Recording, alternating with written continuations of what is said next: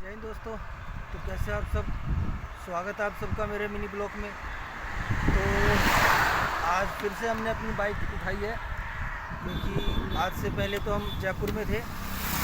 तो आज चलते हैं रोहिणी में, वहाँ पे एक मीटिंग है चेयरमैन के साथ, जिस ट्रस्ट का मैं सदस्य हूँ। तो हमने अपनी बाइक उठाई है, चलते हैं। सबसे पहले हम पेट्रोल नहीं है शायद, हाँ ये देखिए पेट्रोल नहीं है, तो पेट्रोल डलवाते हैं पहले, फिर बने रहिए हमारे साथ। आज देखते हैं, मीटिंग के बाद टाइम मिलता है तो हम फिर घूमने चलते हैं। तो साथियों यहाँ पे मीटिंग है, ये रोहिणी में आता है। ये देखिए, ये हमारे ट्रस्ट दोस्तों कहीं नहीं गए आज।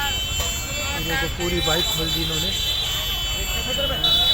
आया मैंने आज बाइक चलाई, तो बाइक में काफ़ी आवाज़ आ रही थी, कुछ प्रॉब्लम थी, तो बाइक में चलाई, उसमें ध्यान नहीं दिया।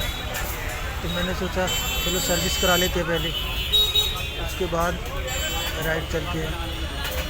तो यहीं पे पूरा टाइम लग गया।